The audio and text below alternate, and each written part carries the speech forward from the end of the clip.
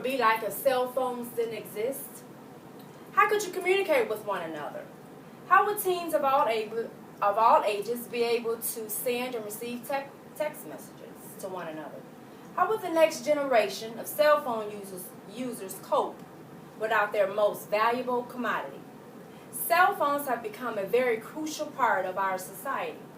We're able to stay connected with our family and friends no matter where they are. I will give you a brief introduction on the history and the progression of our most valuable commodity, cellular telephones. It all began in 1947 with Bell, who introduced the idea of cellular telephone. It didn't go far because the technology back then didn't really exist. In 1968, the FCC, the Federal Communication Commission, increased the frequencies amount, which expanded the usage of cell phone use so we can have more towers, so the research will be a little bit better.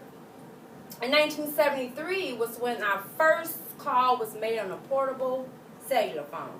It weighed 2 pounds, it was a half-hour talk time, and it was only accessible to the military and to businesses because the cell phone cost over $3,995, and that was a very steep price for people that really couldn't afford it. In 1977, AT&T and Bell Lab created a phototype of that working model. In 1978, it was 2,000 trial customers who tested the service in Chicago. In 1979, it was the first commercial cell telephone usage in Tokyo, Japan. In 1981, they had an area test done in the Washington-Baltimore area for further testing. In 1982, the FCC authorized usage in the United States. In 1983 was our first commercial analog cell phone introduced in the United States by Ameritech Phone Company. And the creative genius who made all this possible was none other than Dr. Martin Cooper. He was a native of Chicago, and he was also the general manager of the Motorola Company. The cell phone has many capabilities. You're able to send and receive text messages. You're able to send and receive pictures of yourself or of your family members. You also, thirdly, you can have conversations with multiple people. Say if you're on a conference call, you need to speak with 2 or more people, you have the capability of doing that on your cell phone. Lastly, you're able to have a face-to-face connection. All you have to do is, if one person have that model cell phone and you have the other one, you guys can call each other and you can see who you're speaking with. You always stay connected with all these awesome features, not to mention the popular models that are available.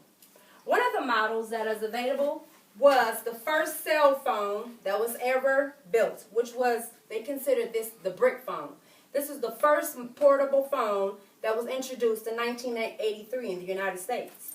One of the other models was the Motorola StarTAC. It was in 1996. It was the smallest phone that can actually fit into the back of your pocket. And also, this is the first phone that was introduced to us as that had the capability of having a vibration instead of the actual phone ringing. And this is one of the another model phones, it had a slide out keyboard, and this was introduced back in the 90s as well. A lot of people don't know this, but this was actually the first smartphone that was ever introduced, and it was called the Simon. It was introduced in 1992 by IBM.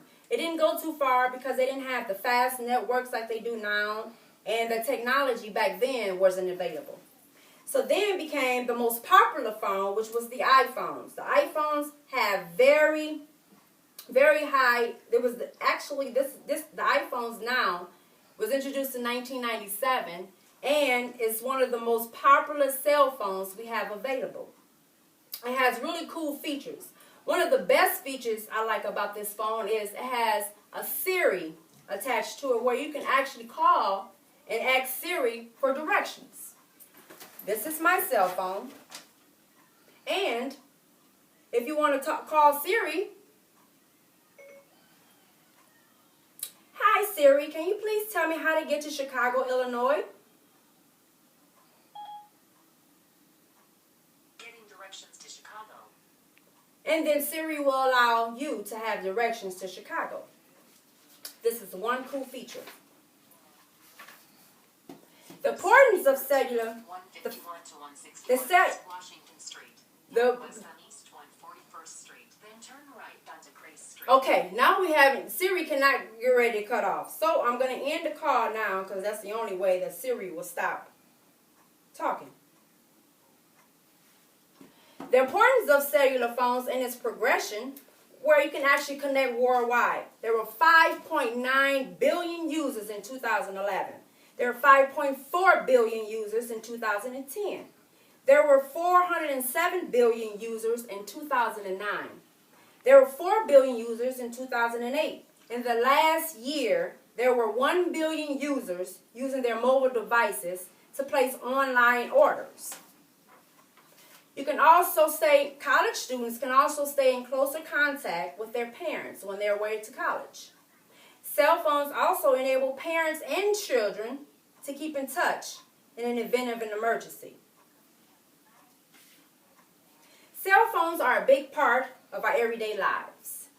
We don't realize it, but we use and rely on them on a daily basis by communicating with family and friends.